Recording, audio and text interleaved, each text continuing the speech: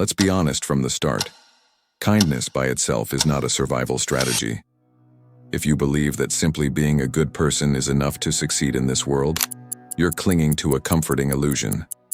And somewhere deep down, you already know it. You've felt it in those moments when you did the right thing and were met not with gratitude but with silence. Or worse, exploitation. You've watched others rise through deception while you tried to keep your integrity intact.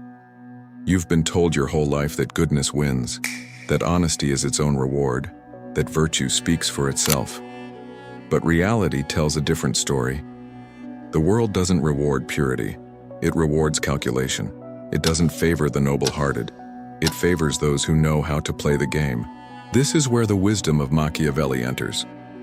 In The Prince, he laid bare a truth most prefer to ignore. Human nature isn't pure. It's complex, self-serving, and at times brutal. He didn't advocate for cruelty for its own sake. What he taught is something far more dangerous and far more useful. That kindness without cunning is weakness. That virtue without strength becomes a trap. How many times have you fallen into that trap? Done the right thing only to be dismissed, ignored, or manipulated? You see, it's not your goodness that's the problem. It's your inability to defend it. You assume others live by your moral code. They don't. Many wear smiles to hide their fangs. They sense naivety like blood in the water. And without realizing it, you've become an ideal target. Easy to trust. Easier to betray. But Machiavelli didn't write for villains. He wrote for survivors. His lesson wasn't to abandon virtue. It was to armor it, to sharpen it, to pair decency with strategy. What he offered wasn't cruelty, it was intelligent kindness, the ability to remain good while being aware, to read intentions before they're spoken, to understand when to trust and when to hold back. He famously said, "It is better to be feared than loved, if you cannot be both." And yet many choose love at the cost of power, acceptance over respect, harmlessness over strength. But what has that earned you? Certainly not admiration, perhaps not even fairness. Because in truth, kindness without strength doesn't inspire loyalty, it invites pity. And pity is no foundation for power. This isn't a call to betray your principles. It's a call to stop betraying yourself, to wake up to the way the world truly works. A world where virtue, on its own, isn't enough. A world that doesn't reward the most honest, but the most effective. True virtue isn't weakness, it's wisdom.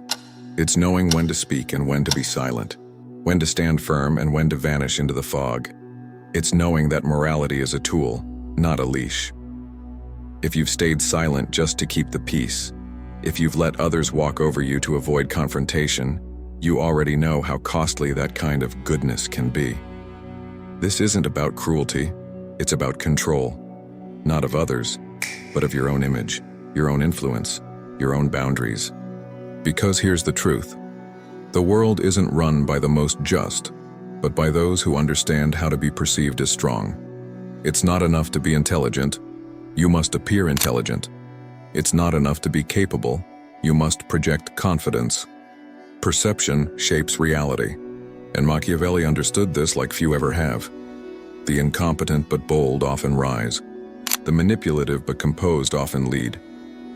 Meanwhile, the truly good, the truly competent, are passed over because they fail to control their image. The crowd doesn't follow the noble, they follow the dominant, the composed, the confident, the one who seems to have all the answers even if they don't. This is the hard truth many never accept. It's not just what you are, it's what others believe you to be. And in that gap between who you are and what they see lies all your power or your downfall. A capable person who looks insecure will be ignored.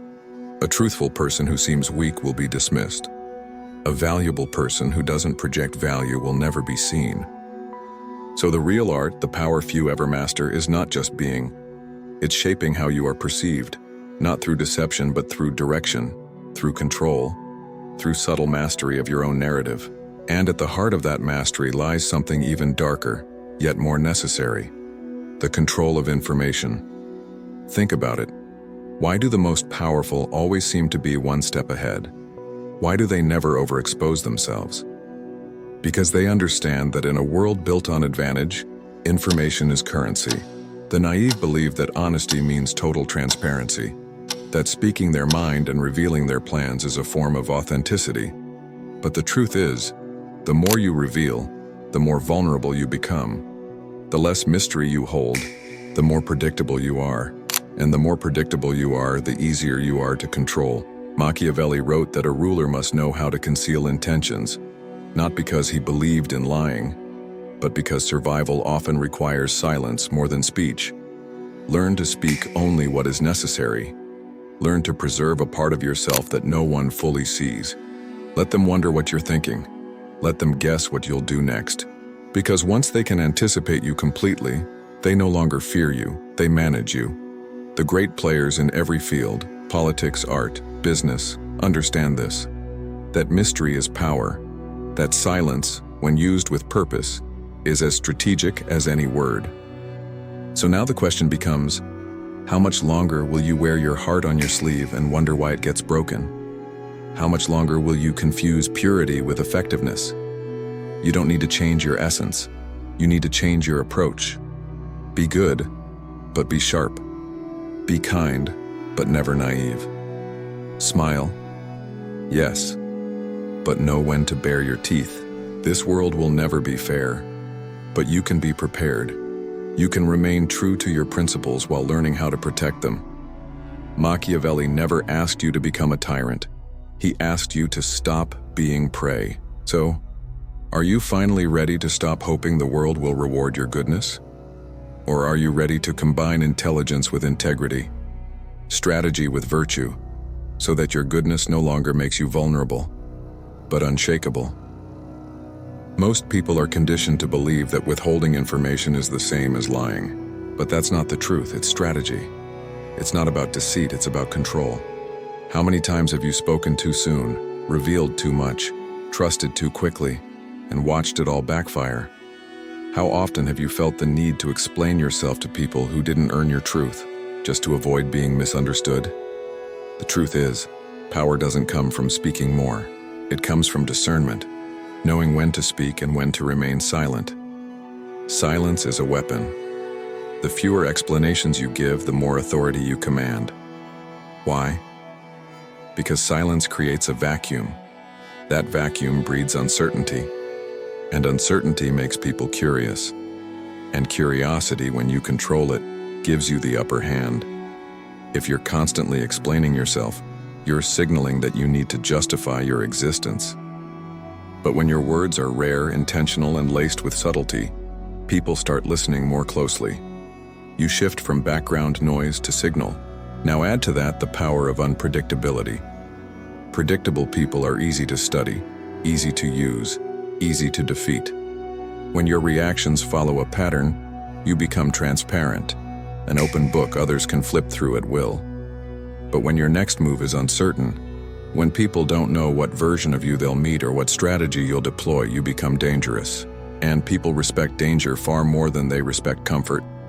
Machiavelli understood this perfectly. The leader who is too easy to read is a leader already stripped of leverage. Power lives in mystery. A strategist knows how to shift, how to evolve, how to keep people guessing.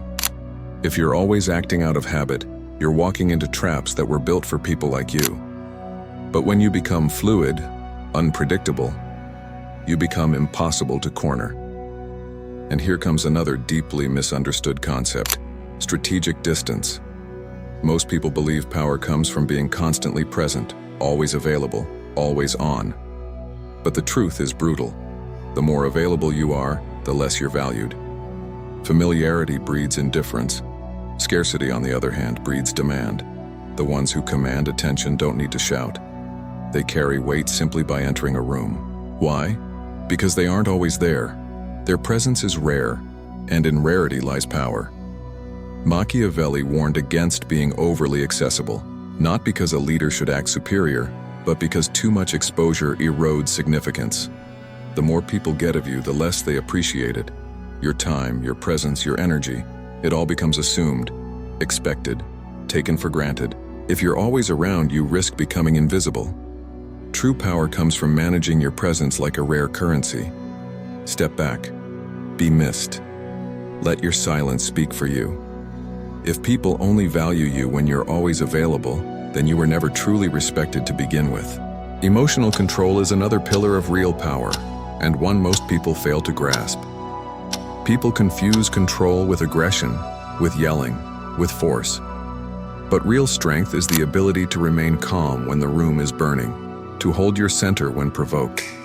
The one who reacts emotionally loses all leverage. They become predictable, controllable. Think back to the last time you lost your cool. Who had the power in that moment? Not you. It was the one who triggered your reaction. Because when someone else dictates your emotional state, they're the one steering your direction. But when you master your emotions, when your calm is unshakable, you become untouchable. You control not just how you're perceived, but how others behave around you. That's power. Machiavelli made it clear. Wisdom acts with cold calculation, not emotional chaos. That doesn't mean you don't feel. It means you don't let feelings drive the ship. When everyone else is losing their heads and you remain composed, you dominate, not through noise, but through discipline. But even with all this, silence, distance, emotional control, there's one final principle that binds it all together: strategic patience. The world glorifies urgency. Everyone wants success today, recognition now, results immediately. But power doesn't belong to the impulsive. It belongs to the calculated, to those who understand timing.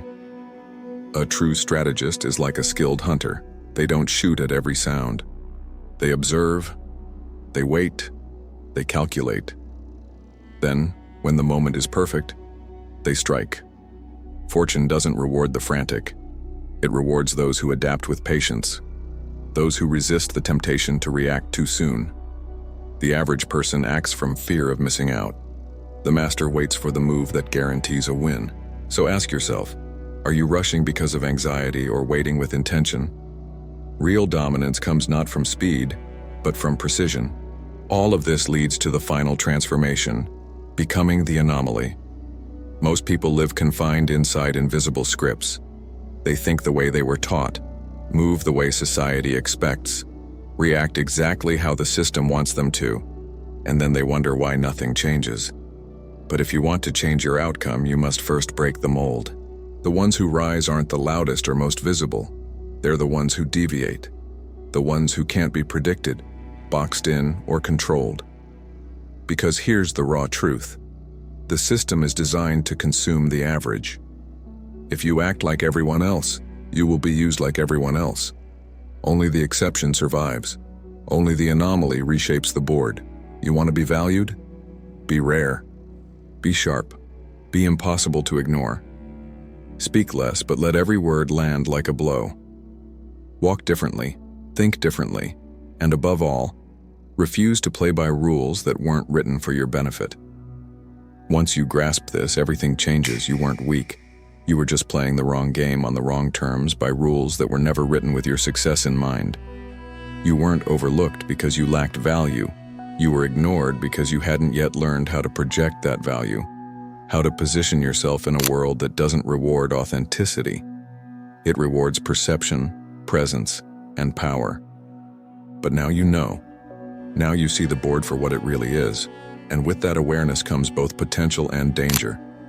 Because once you begin to apply this, once you shift from reacting to strategizing, there's no going back. People will notice even if they don't know what changed. Your presence will start turning heads, not because you're louder, but because you speak less and carry more weight when you do. Your silence will create tension, anticipation. People will lean in when you finally speak, not because you're dramatic, but because you've made your words rare. And your unpredictability? It will make the calculating pause. It will make the manipulative hesitate. Because now, you're not just another pawn on the board. They don't know where you'll move next. Now, you're a threat, a strategist, someone who doesn't just participate in the game but bends it toward their will. But here's the catch. Awareness isn't enough. Insight without action is wasted potential. So the final question is this: will you act? Will you take this and live it? Or will you let it die in your mind, buried under the noise of comfort and procrastination? Because there's a quiet truth that separates the rare few from the rest. Those who rise, who shift the axis of their lives, aren't necessarily the smartest or most talented. They're the ones who move, who apply, who practice what they've come to understand day by day until it becomes who they are. And the ones who move with intention, who act with strategy, with clarity, with emotional discipline, and above all, with patience. Those are the ones who no longer wait for a better game. They redefine the game entirely. They don't just win, they change what winning even means.